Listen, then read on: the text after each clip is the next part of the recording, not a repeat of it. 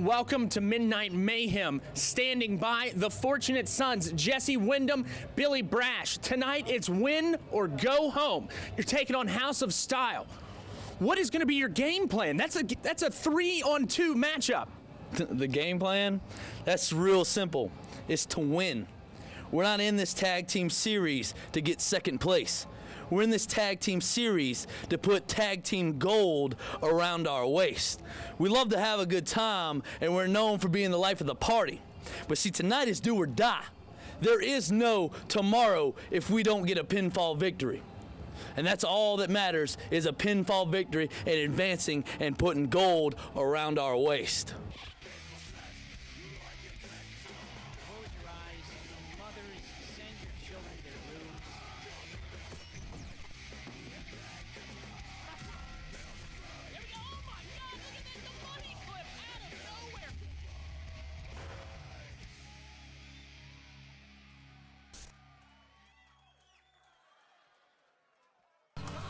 Welcome to Midnight Mayhem. Billy Brash, Jesse Wyndham, the Fortunate Sons, and they're taking on the House of Style, BJ Hancock and Michael Freely, along with the fabulous Playboy Bob Keller.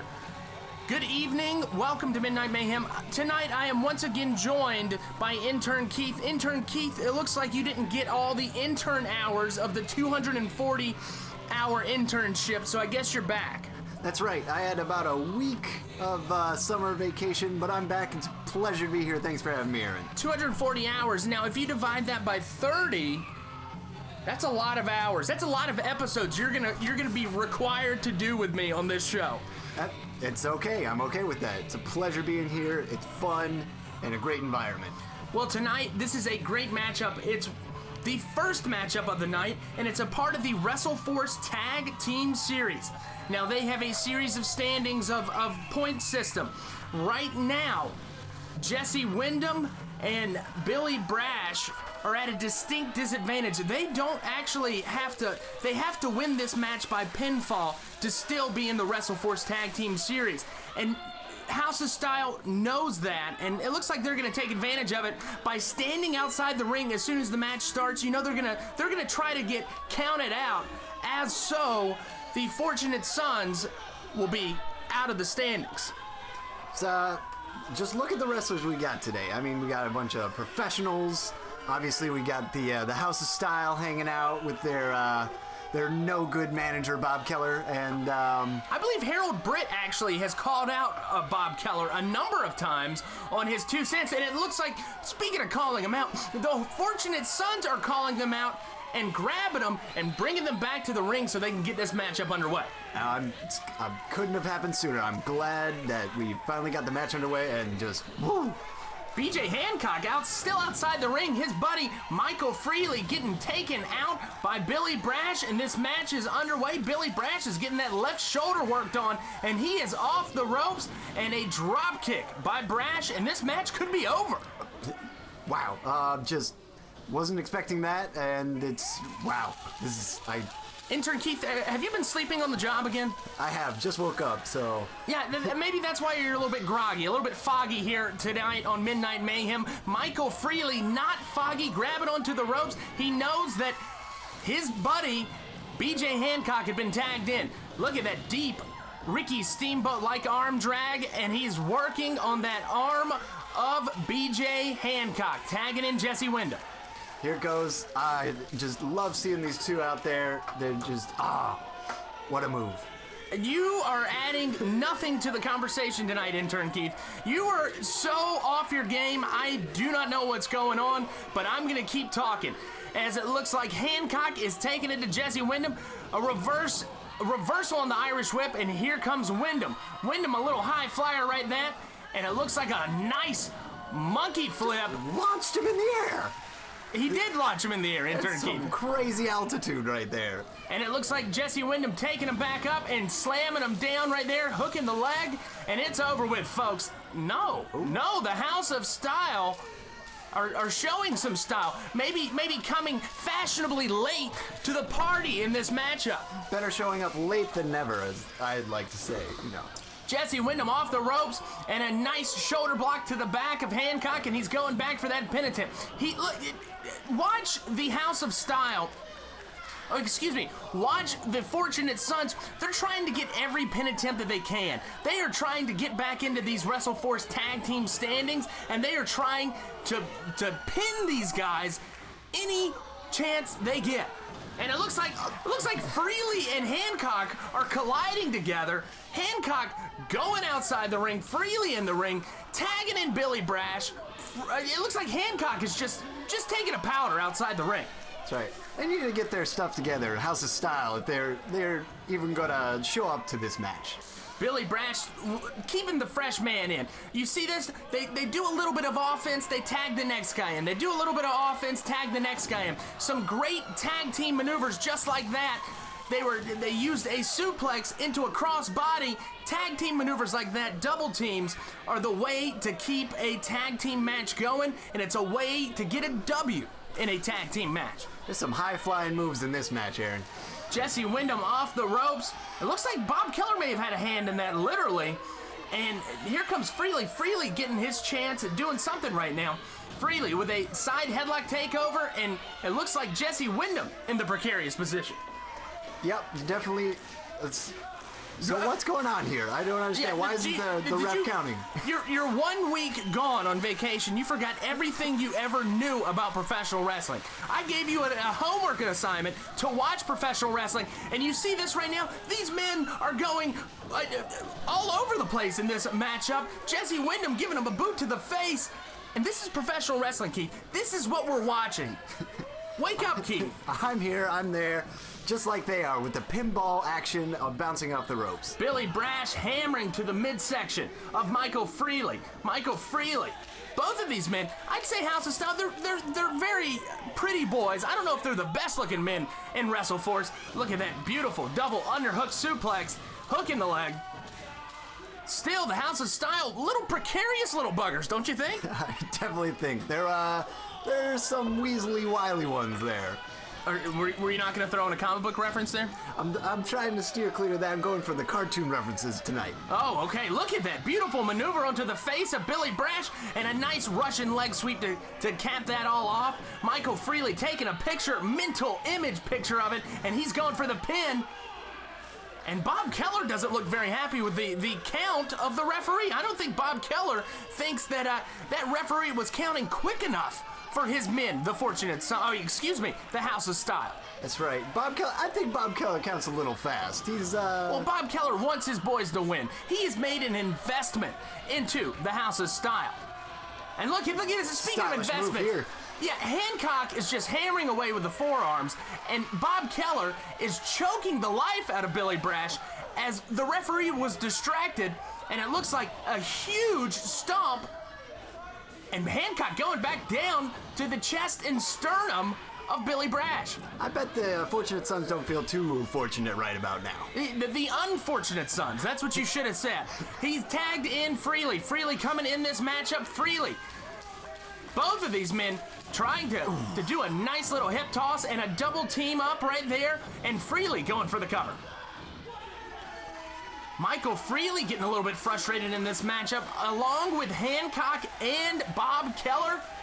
And look, this frustration is coming to a head right now. Freely trying to choke Billy Brash. I guess Freely knows that if he gets disqualified, it's still an L for the Fortunate Sons, because the Fortunate Sons will be out of the WrestleForce Tag Team Series standings. I've never seen so many pins in one match. I gotta be honest. I know, both of these men, both of these teams are trying to get that W as soon as possible. A nice back elbow right there. Hancock getting ready to do something else. Billy Brash fighting back with every little bit of life he's got left in him. Fighting back, getting some, and look at that. Michael Freely distracting him, tagging in Freely. Freely getting slingshotted in a beautiful senton to cap that off, and Freely just posing. He needs to get the job done. It's enough posing, enough looking good. Just get the job done. Yeah, like, was there a cartoon reference you were going to say there, Keith? No, no reference there, just good advice. Good advice. Thank you, Intern Keith. Intern Keith here with the best quips of the evening, and it looks like a beautiful standing drop kick by Michael Freely. Jesse Wyndham giving Billy Brash some advice, telling him to stay away from Freely. Freely is a dangerous man. Beep, beep, like the Roadrunner with the quick hits. Look at that, Billy Brash trying to go for a kick right there and a beautiful knee to the face, and look at this maneuver. Taking Freely out. This is your chance, Billy Brash. This is your chance to get that win. Both men obviously winded. We need to get a tag in. Something needs to happen. Both of these men down. The referee counting to 10. Both men. If they don't get up to their feet, this matchup is all a wash for both teams. And it looks like some movement. Billy Brash standing up, tagging in Jesse Wyndham. Jesse Wyndham, Hancock getting tagged in. Jesse Wyndham ducking the clothesline and a big right hand to finish it off and a big back elbow. And Jesse Wyndham with all the momentum right there. Look at that. Hancock on his back, feeling all that pain. And he's taking Wyndham to the ropes. Wyndham ducking it. Wyndham going up and a beautiful springboard back elbow. This is just fun to watch right here. It's very fast-paced, very interesting maneuvers going on in here. Look at Hancock, got him on his shoulders. Jesse Wyndham fighting him back, pushing him to the turnbuckle. Wyndham doing some maneuver right there. Look at it. Wow, a nice belly-to-belly suplex. He's working both sides, front and back, just running around. Billy Brash going up top. Billy Brash putting the exclamation point on it with a beautiful elbow. And both of these men are in this matchup. Billy Brash going to the outside. Look at Hancock. Hancock is just feeling it. And Jesse Wyndham trying to finish this matchup as soon as possible. But Freely using those brains about him. Bob Keller probably told him to get out of the ring as soon as possible. The Unfortunate Sons starting to turn into their names, the Fortunate Sons now. Yeah, Fortune is smiling upon them right now. As Billy Brash and Freely are going at it outside the ring. Looks like Wyndham is just waiting for Bob Keller. He's calling a timeout. There's no timeouts in wrestling, Bob. No crying in baseball, no timeouts in wrestling. Jesse Wyndham pulling Hancock into the ring, and it looks like a nice roll-up. 1, 2, 3. Hancock not able to capitalize right there, and a knee to the gut, and here comes Wyndham up. Wyndham able to roll it into it, but Bob Keller's distracting it. Freely able to reverse it. This could be it, folks. This could be the end of the Fortunate Sons, but it looks like Billy Brash helping out his own partner. 1, 2, 3, Bedlam here on Midnight Mayhem. What was going on there? All I know is that the Fortunate Sons won, and we've got a great matchup coming up next.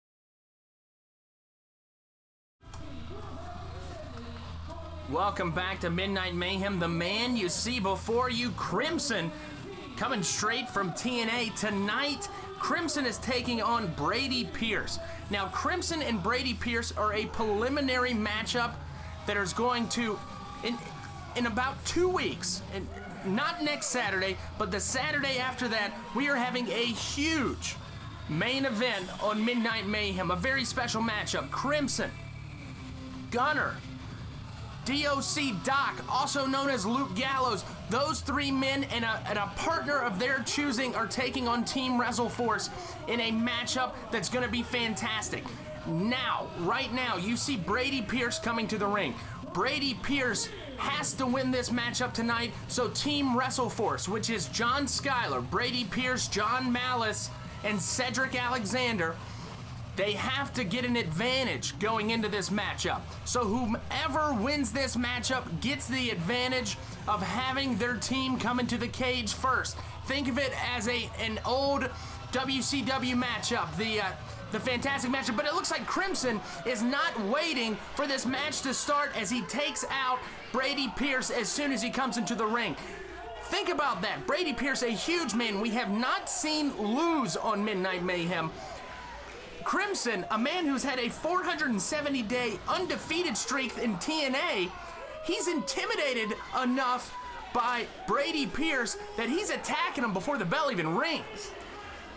Brady Pierce is one of my personal favorites. He always reminded me of the Juggernaut from the Marvel Universe. Just momentum, builds, and just tears people apart. Especially with that torture rack.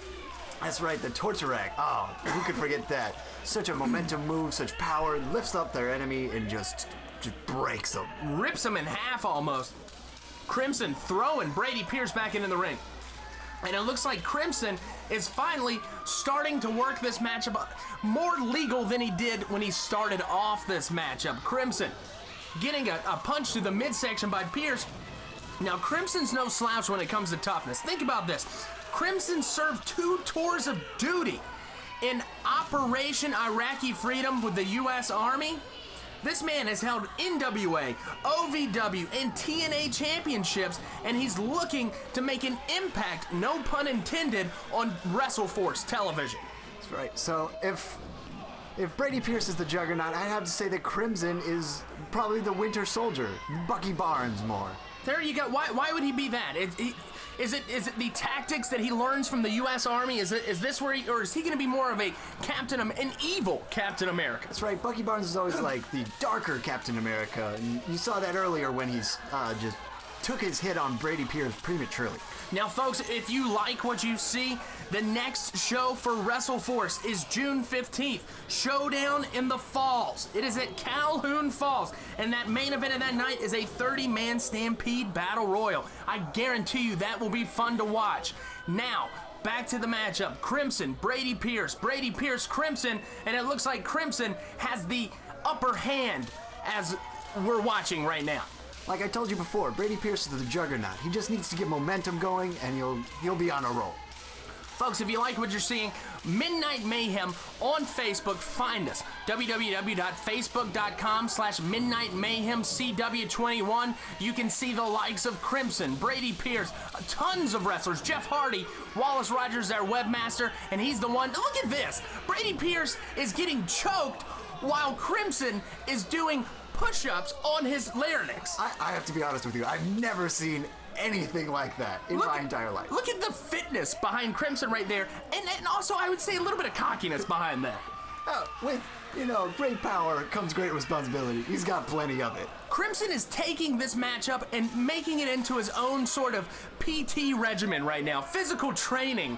This is boot camp for Brady Pierce, and Crimson's just there to be that jerk drill instructor, right? I guess you're right. He's the Arlie Ermey of this matchup so far. Crimson choking Brady Pierce again. Crimson is not a fan of the rules, I will tell you that. No, he's not. And he's flexible too. He's got fitness, he's got stamina, and such great hits. He's got power too. Boy, am I happy that you were able to take that 5-hour energy drink in between these matchups. I am so excited to actually have a color commentator who adds things to these matchups now. Yes, Thank you, Intern Keith. Thank you, Intern Keith. It looks like Crimson is just going at it with Brady Pierce right now, and he's mouthing off to the ref. Both of these men over 6'4". Would you want to mess with Crimson if he got in your face? Absolutely not. I'm on the other side of the ring. I don't even want to get close to him. You're pretty passive. You're almost like a Quaker, Keith, especially when it comes to men that are 3 times your size and girth. I'm a tiny guy, so being around these guys is majorly intimidating. Look at Brady Pierce getting out of it, blocking it, going for a right hand of his own. Crimson getting hit in the face by Brady Pierce, and a beautiful clothesline to finish that off, and another clothesline. These series of clotheslines, maybe Brady Pierce is going for that power slam right there, and he has got that momentum going. We say it week after week. You have to be a fan of physics to be a fan of professional wrestling. When an object is in motion, it stays in motion, especially when it's a larger man with that kind of mass that Brady Pierce has. That's true, and like I said, he's the juggernaut, so he needs that momentum to get going. But don't be confused with John Malice, the Juggernaut. Obviously, no.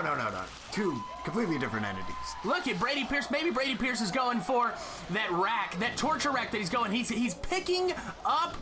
Can he do it? He can do it. He can put Crimson on his shoulders, and it looks like it knocked out the ref. And who is this? Is that Gunner? Is that Doc? That's Luke Gallows. And Gunner, two men we have seen on Midnight Mayhem before take on two of our biggest stars, but they are taking out systematically Team WrestleForce as they take out Brady Pierce, the muscle of Team WrestleForce. This is, I didn't even know, they came from nowhere. They came from the back and they are destroying Brady Pierce right now. Look at Doc just hammering down blows to the face of Brady Pierce while Crimson just kind of waits. Crimson's waiting to go back in the ring after they kind of loosen him up, tenderize the meat, if you will. They gotta wait for that ref to wake up. He got knocked out. A big boot to the face of Brady Pierce. I am feeling sorry for Brady Pierce right now. Gunner, a man that we saw almost take out Casey McKnight, that man, we see him week after week on Thursday nights on TNA Impact. That man is no slouch. And look at, Doc just do a beautiful uppercut to the chin of Brady Pierce. Both of these men, I will have to say, I am terrified of those men. I can see you finally joined the club. What is Crimson doing? Crimson's going out to grab a chair, and it looks like Team WrestleForce and the entire WrestleForce locker room coming in here to help save the day. Folks, this is Bedlam on Midnight Mayhem. Everyone, all my heroes are here. This is the greatest thing. Look at Gunner. Look at the face of Gunner. Look at Doc. Look at just the whole, everybody's here. Steven Walters, every single person from the WrestleForce roster coming in here to help break this up. The member of Aces of Eights that man is terrifying. I say it week after week. He reminds me of Bald Bull from Punch-Out. Now, we just got word the referee is saying that this match is a disqualification, so they're throwing it out. Folks, this is interesting. Chase Stevens in the middle of the ring. What's going on here? Wait, I think Chase has got something to say. Let's take a listen.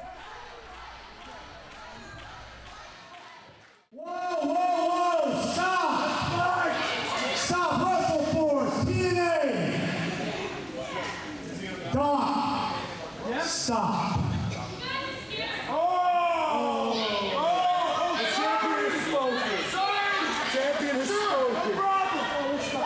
So TNA comes in here and they just take over, right? They just take over WrestleForce. I guess I'm just a bitter ex-employee of TNA, right? Is that how you see me? Come on, brother, come on. Well, I'll tell you what. Each and every one of these people here showed up for something special tonight. And it's not TNA.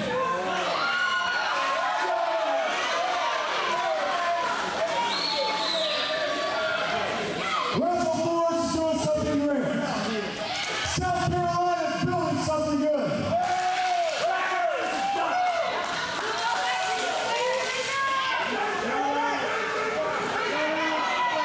TNA, you guys sit over there and you run your mouths. You want to make an impact? Yeah! Don't put your hand. Well, then make a damn impact.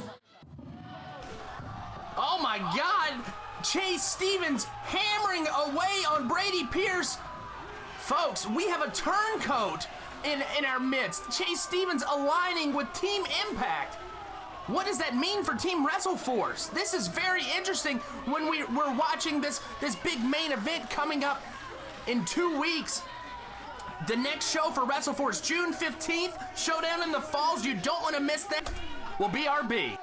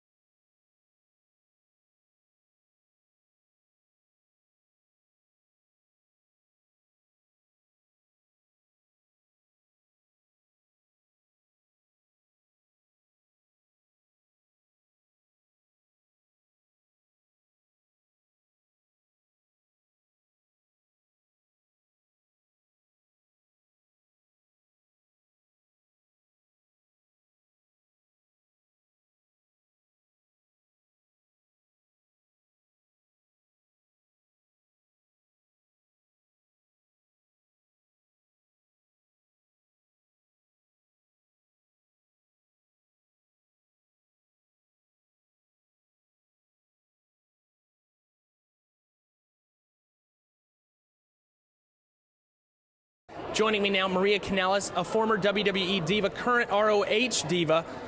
Maria, this is a big deal. It's not a diva anymore. I'm actually the first lady of Ring of Honor. The first lady. Get it right, please. Or pay the price. You brought me here, right? So you should know who I am, right? Yeah. Yeah, I would think. Sorry, I'm a little bit hot and bothered right now. Maria is a big superstar in the world of professional wrestling, but you're at a comic book convention. Tell me how the world of professional wrestling and comic books, they kind of parallel each other right now. They do, definitely. I mean, wrestlers are comic book characters. We're superheroes. We're superstars. We are invincible in every single way. So, yeah, it definitely crosses over.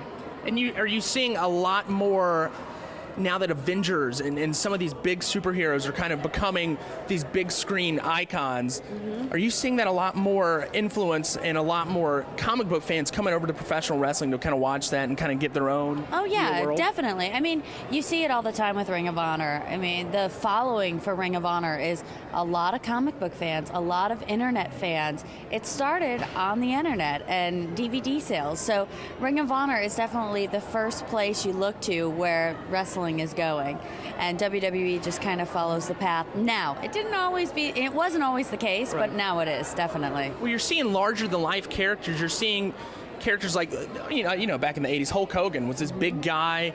He was almost like Superman of the 1980s. Yeah.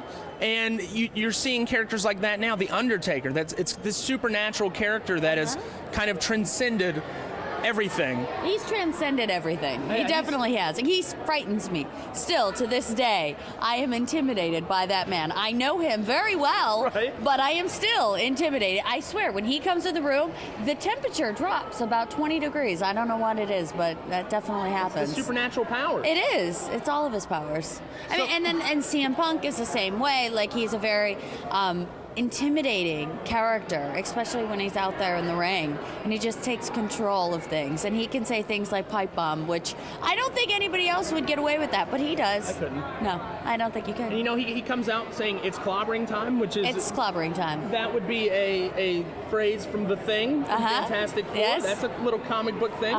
It is. And then, Maria, I have one question. Oh, goodness. You're at a comic book convention. I am. What is your favorite comic book? My favorite comic book has always been X-Men. Why? Why? Mm-hmm. Because of the Phoenix. Are you sure it's not Batman? Batman's my favorite. No, it's not Batman. Okay. I am Batman, though. Okay. I would like to be Batman. Would you? Yeah. Well, you can't, because I am Batman. Okay. She is Batman. Thank you for watching.